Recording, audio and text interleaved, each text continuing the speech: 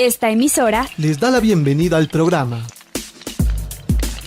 Encuentros con la Filosofía, para conversar poniendo en duda nuestras certezas. con la participación abierta de profesores de la Universidad Politécnica Salesiana, De la Universidad Central del Ecuador. de la Universidad Andina Simón Bolívar. Encuentros con la Filosofía. Se difunde semanalmente por las emisoras universitarias Infinito Digital, Voz Andina Internacional. Y Radio Faxo. Abrimos nuestros micrófonos.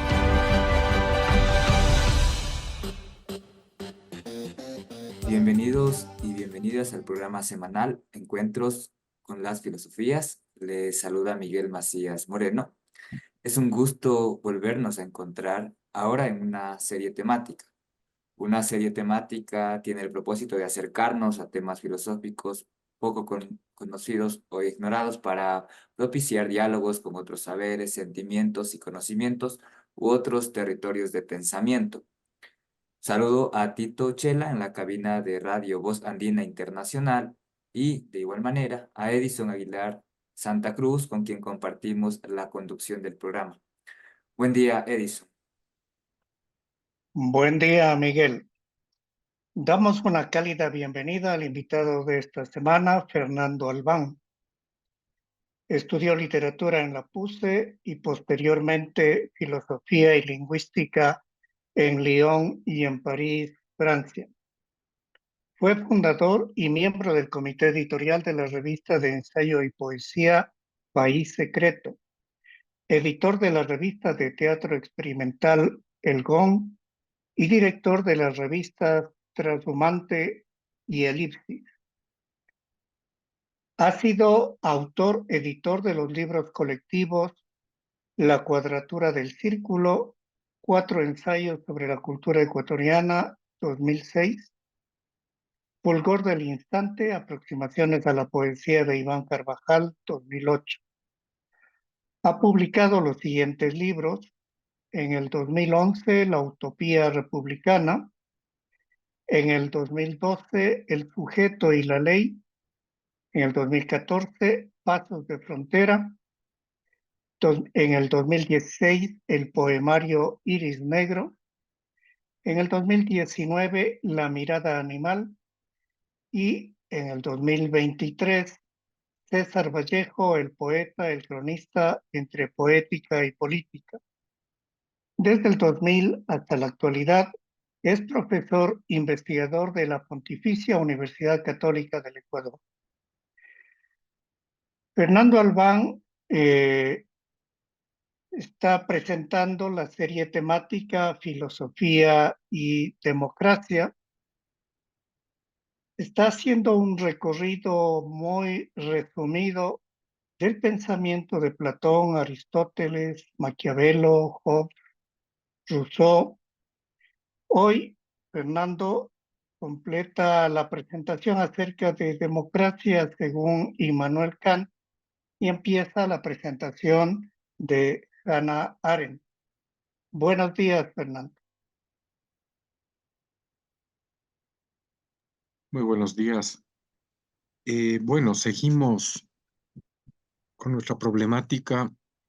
La vez pasada iniciamos haciendo el comentario de un texto pequeño, breve, de Kant, que se llama ¿Qué es la ilustración? ¿Qué es ser ilustrado? Que es de alguna manera un texto que resume todo el avatar del pensamiento ilustrado durante alrededor de un siglo en Europa. Es posiblemente la expresión más madura y yo diría más radical de el punto al que pudo haber llegado el pensamiento ilustrado, ¿no? Que se resume en este texto, en este breve texto, pero en otras obras de Kant de igual manera.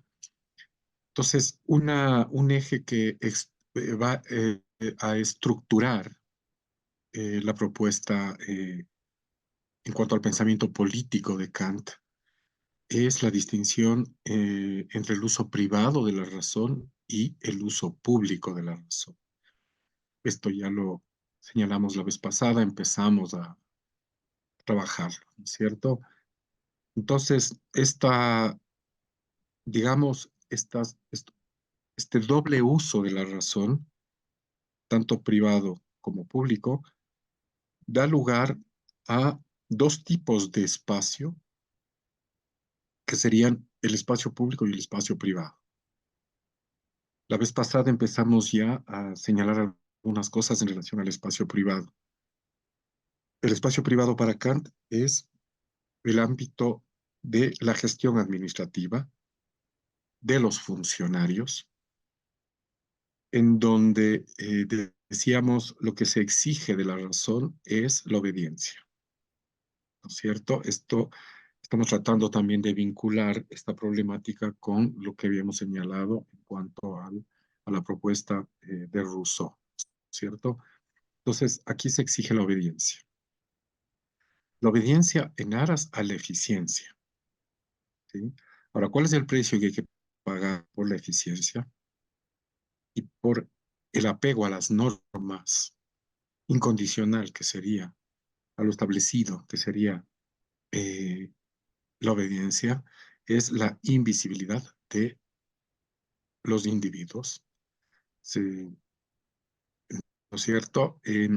Se vuelven, digamos que la lógica que está en juego aquí, en el uso privado de la razón y en la lógica de funcionamiento del espacio privado, es la adaptabilidad, ¿no es cierto? Es la manera como hacemos propias y nos conformamos con las condiciones dadas, ¿cierto? Esa es eh, las características fundamentales, sin ahondar demasiado, del espacio privado y del uso privado de la razón, ¿cierto? Ahora, obviamente, en el momento en que Kant está planteando, haciendo estos planteamientos, llevando adelante estos planteamientos, a lo que se está refiriendo de manera fundamental es al Estado, ¿no es cierto? Y al funcionario de Estado, que sería el burócrata, ¿no es cierto? Y lo que nosotros podríamos hacer actualmente es extender este planteamiento y digamos, poner a la par al funcionario, al burócrata, ¿no es cierto? Que es al funcionario del Estado, ¿sí? Con el funcionario, el empleado de la empresa privada, ¿sí? En el momento actual, ¿no es cierto? Ya en los dos casos se exige lo mismo, es decir, en primera y en última instancia, obediencia, en aras de la eficiencia, ¿no es cierto? Entonces dimos la vez pasada algunos ejemplos, sí, que se desprenden de ámbitos diferentes, del ejército, eh, la religión, etcétera, ¿cierto? En este textito, em, Kant llega incluso a plantear cuestiones que son extremadamente actuales, cuando ¿en qué sentido? Hay algo, es decir, hay algo que imposibilita la libertad, la autonomía en cuanto al uso de la razón, y es, por ejemplo, la manera como los individuos en el mundo contemporáneo se vinculan con los objetos, ¿sí? Hay un ejemplo de esto que está en un libro de Giorgio Agamben, un filósofo italiano que todavía está en ejercicio, está vivo, y que se llama Elogio de la profanación. Entonces, una de las cuestiones que afirma Agamben es que el hombre moderno no sabe jugar. Y algo que me viene a la cabeza en este momento es una situación a la que están expuestos los padres, por ejemplo, cuando en el mundo actual, en el mundo de hoy, constatamos que los niños pequeños, los hijos, los niños se aburren, cosa inusual en el pasado, ¿cierto? ¿Y por qué se aburren? Porque los objetos que están al alcance de ellos, los juguetes, ¿no es cierto? Con, con el uso de los cuales los niños quieren extraer alguna diversión, ¿sí? Estos objetos están, a estos objetos les es inherente las instrucciones de uso, ¿cierto? Vienen todos con manuales de uso, estos objetos. ¿Y esto qué significa? Que estos objetos en realidad inhiben el juego, es decir, la libertad de los niños, y de ahí que luego de utilizar estos objetos durante un corto tiempo, los niños vuelven al aburrimiento y ahí viene la crispación de los padres que corren a a los almacenes en donde se venden juguetes y compran otro y así sucesivamente, ¿cierto? Es lo que causa el aburrimiento del niño, el hecho de que los objetos estén marcados con instrucciones de uso, lo que inhibe la libertad y por lo tanto suspende las posibilidades que son inherentes al juego. ¿Ya? Entonces ahí nosotros nos movemos en otro ámbito para señalar cómo se produce una lógica que es consustancial a el modo como opera el espacio privado y cómo funciona la razón en el ámbito privado. La obediencia, es decir, la ausencia de libertad. Por otro lado está lo público, ¿no es cierto? Y lo público, el uso público de la razón, ¿no es cierto? Entraña forzosamente la existencia de un espacio público. ¿Y qué se exige de la razón en su uso público? La crítica. Digamos que la crítica no solamente, pero fundamentalmente la crítica. ¿Por qué? Porque la crítica, en el momento en que yo critico, en el momento en que se ejerce la crítica, nos destacamos como individuos, ¿no es cierto? Nos visibilizamos, y ese es el propósito fundamental del espacio público, visibilizarse, darse a conocer, tanto individual como colectivamente, ¿no es cierto? Y cuál es la manera idónea, la mejor manera, digamos, para que este efecto se produzca, ¿sí? Realizando la crítica. Entonces, el espacio público es eminente, y el uso público de la razón, el que es consustancial, es el ámbito de la política en el mundo contemporáneo, ¿sí? Que se constituye a raíz, fundamentalmente a raíz de la formación del Estado moderno. Entonces, la manera de establecer el nivel y la profundidad de democracia que en una determinada sociedad existe es mirando el nivel de profundidad y de extensión del espacio público, ¿cierto? Es decir, la sociedad tiene que darse a sí misma de espacios, dotarse de espacios en donde ella haga la crítica de sí misma. Esa sería la lógica acá, ¿no es cierto? Entonces, cuando la razón tiene esta disponibilidad para la crítica, cuando es autónoma, ¿no es cierto? Cuando no acata otro imperativo que no sea el que proviene de ella misma, ¿sí? Esa es la condición fundamental para poder ejercer la crítica.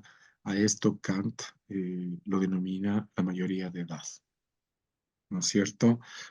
Cuando ya no se necesita de un tutor para poder pensar, ¿cierto? Se piensa pensar por sí mismo, ¿no? Este sería digamos, para Kant, este es el elemento sustancial que, en el que se cristaliza la democracia en el mundo contemporáneo, ¿sí? Los individuos autónomos que piensan por sí mismos, es decir, que asumen su libertad y la ejercen en el espacio público. Este es el resumen un poco del planteamiento de Kant. Es decir, y es- cómo, eh, cuál es la posibilidad de la democracia, de su ejercicio, de su existencia real, el espacio público, ¿cierto? Y el espacio público em, es, existe de múltiples maneras, ¿no? El espacio público existe de múltiples maneras, eh, pero de manera, y en esto quiero ser enfático, pero lo que debe propiciar el espacio público de manera fundamental es la, la posibilidad de disentir.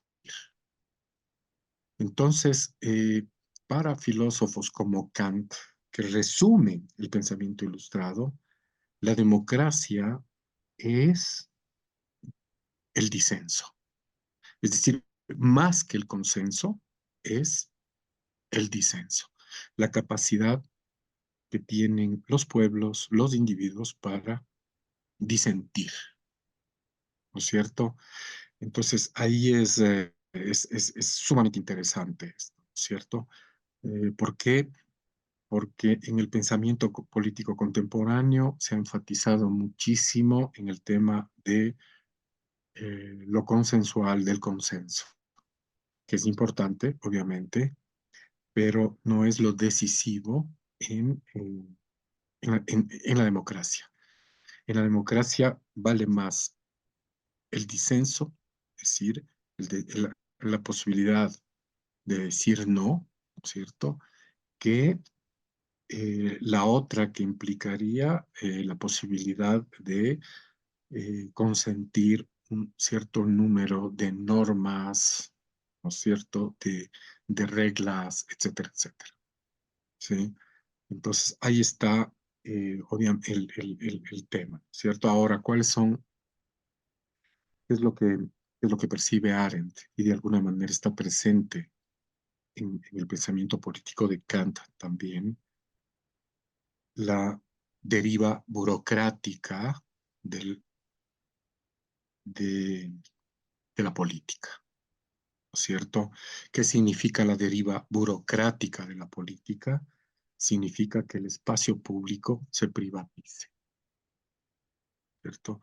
Miren ustedes que la manera como utilizan los términos Kant y que los va a adoptar también a Hannah Arendt son un poco distintos a la manera como nosotros usamos esa terminología.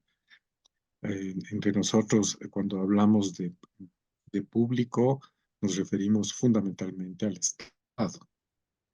No olvidemos lo que decía Rousseau. Rousseau decía, mientras hay más Estado, hay menos libertad, ¿ya? Entonces, ahí, claro, ahí hay una raigambre liberal en todos estos pensadores, ¿no es cierto? ¿Sí? Entonces, no hay que confundir lo público con lo estatal, porque lo estatal es administrativo y la administración es obediencia, y en ese sentido, la oposición entre empresa privada y Estado es una oposición falsa, ¿ya? De la que hay que salir para recuperar la política en un sentido democrático, ¿sí? El espacio público, la capacidad que tiene la sociedad de autocriticarse, por lo tanto, de mirarse de manera crítica en permanencia, no debe ser confundido con el Estado, ¿no es cierto? Y tampoco con la empresa privada, ¿sí? Entonces, esa es una cuestión que atañe al pensamiento político contemporáneo y que es fundamental que sea reconocida como tal. ¿Sí? La oposición, Estado, empresa privada, es una posición falsa. Ni del Estado ni de la empresa privada puede brotar la democracia. ¿Por qué? Porque esas dos instancias, que son gemelas, lo que prima es la obediencia. ¿Sí? Eh, entonces, ahí esta cuestión es extremadamente importante porque nosotros asistimos a un mundo en el cual eh, la, la confrontación dirimente de la política, en la que se dirime la política, el juego político es empresa privada versus Estado, ¿no es cierto? Si nosotros miramos lo que ocurre en Argentina en estos momentos, precisamente es la exacerbación de esa oposición, ¿no es cierto? Que es extremadamente nociva para la política porque es profundamente falsa, ¿cierto? Entonces, esta es una de las consecuencias que hay que señalarlas importantísimas, ¿no es cierto?, que se desprenden del pensamiento político ilustrado, ¿sí? El espacio público no es no implica o no está vinculado ni a la gestión estatal ni a la gestión de la empresa privada, ¿cierto? Entonces ahí estamos. Bien, entonces retomando el planteamiento de Arendt, que es en lo que ella se va a enfocar fundamentalmente, pero ya está presente en, en Kant, ¿no es cierto? Y también en Rousseau, es cuáles son los riesgos para la democracia en el mundo actual, ¿sí? Es lo que ocurre. El riesgo fundamental radica en la privatización del espacio público, ¿no es cierto? Es decir, el cierre de el uso crítico de la razón, ¿no? Eso es lo que está en juego en lo que se ha dado a conocer, como la burocratización de la política, ¿no es cierto? Y la constitución de regímenes autoritarios, ¿sí? Que es consustancial a la burocratización de la política. En, ahora, por ejemplo, es decir, alentar el espacio público debe alentar, viabilizar, instigar el ejercicio de la crítica en los individuos y en la sociedad, ¿no es cierto? Yo, cuando he conversado en clases con mis estudiantes a propósito de este tema, les he puesto una pregunta, les he dicho, cuando un órgano de prensa puede ser escrito, televisivo, etcétera, se autodesigna como independiente, ¿eso alienta la ilustración o la limita? Entonces, esta pregunta como para suscitar el debate, ¿no? Claro, muchos chicos responden y dicen, pues es importante ser independiente porque eso es ser autónomo y eso da lugar para la confrontación, el debate, la crítica.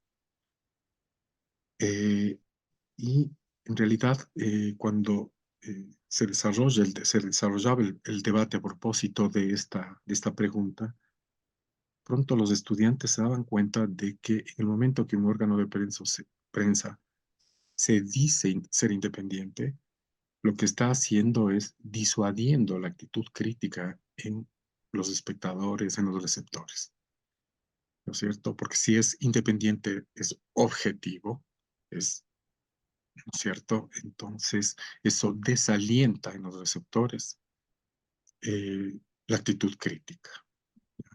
Entonces hay que ser extremadamente cuidadosos para ver cómo opera justamente la privatización de lo público en gestos en donde parecerían, por el contrario, que están alentando eh, la consolidación del espacio público, pero en realidad no es así, ¿cierto? Entonces, la política es el uso público de la razón, ahí se juega la política y para que sea posible el uso público de la razón debe haber espacio público, ¿cierto? Entonces, ¿qué es lo que se pone en juego en el espacio público y el uso crítico de la razón? La pluralidad, según Arendt, ¿cierto? Entonces, la marca de la democracia, si ustedes quieren, eh, de la politicidad humana, es la pluralidad, ¿sí? Cuando yo diciendo, ¿sí? Me hago visible, eh, me doy a conocer, soy percibido por la colectividad de, de manera diversa y plural, ¿sí? Y esa es esa pluralidad, esa diversidad, la que, la que pone en juego constantemente la democracia. Pensemos nosotros que en el ámbito privado no hay pluralidad, puesto que la obediencia lleva a la invisibilidad, a la adaptación a las condiciones dadas, en donde se pierde la individualidad, ¿sí? Y, eh, y ahí Arendt va a introducir dos conceptos que son fundamentales, ¿cierto? Esta pérdida de la pluralidad en el ámbito privado, en el plano de la obediencia, de la gestión administrativa, de la eficiencia, da lugar al comportamiento. En ese ámbito, los individuos se comportan. Y el comportamiento que quiere decir que la manera como las personas actúan, digamos, entre comillas, está sujeta a ciertos cánones, patrones, ¿no es cierto? A seguir ciertos estereotipos que son permanentes y que son generales. Ese es el comportamiento. Para Hannah Arendt, la ciencia del comportamiento es la economía vinculada a la estadística. Entonces, cuando la economía se sustituye a la política, ¿no es cierto? Es decir, cuando la ciencia del comportamiento, la economía, aupada por la estadística, se sustituye a la ciencia política, eso es un síntoma de una sociedad altamente burocratizada, en donde la politicidad en los humanos de alguna manera empieza eh, a desaparecer. ¿Ya? Cuando la politicidad desaparece, Arendt dice, el régimen de lo social se impone, es decir, el régimen del comportamiento, ¿no es cierto? ¿Ya? ¿Qué es lo opuesto al comportamiento en Arendt? La acción. La acción, y para esto Arendt, para desarrollar todos estos conceptos, esta problemática, no deja de remitirse a la polis y por lo tanto al pensamiento de Aristóteles. ¿Sí? Está constantemente haciendo Hannah Arendt, ¿no? Entonces, la acción está vinculada a la política, ¿no es cierto? Y por lo tanto, la acción singulariza, ¿sí? singulariza y está vinculado, dice Arendt, a la natalidad, ¿no? Entonces ella pone en correlación la acción con la natalidad, es decir, con la irrupción de lo nuevo, ¿no es cierto? La natalidad significa, dice Arendt, empezar algo nuevo, ¿sí? En una sociedad que se rige por las normas del comportamiento, ya no hay posibilidad alguna para lo nuevo. Hay reiteración del mismo gesto que están anclados a los mismos patrones, ¿cierto? Entonces, este es el ritmo de pensamiento de Hannah Arendt, ¿cierto? Para observar y mirar nuestra contemporaneidad, ¿sí? Bueno, no sé si estamos con el tiempo todavía, un poquito, o podemos Sí, continuar. justamente Fernando, se nos llegó el tiempo. Con él hemos hablado hoy sobre Kant, terminamos la temática de Kant y nos hizo ya un primer acceso al planteamiento de Hannah Arendt, que esperamos abordarlo en la próxima entrega. Concluimos este encuentro semanal con las filosofías, con nuestro agradecimiento a ustedes radioescuchas, al invitado de esta semana, Fernando Albán, y a Tito Chela en la cabina de Radio Voz Andina Internacional. Recuerde, recibimos sus comentarios y sugerencias al correo electrónico encuentrosconlafilosofía@gmail.com. Hasta el próximo encuentro con las filosofías. Agradecemos su sintonía a Encuentros con la filosofía.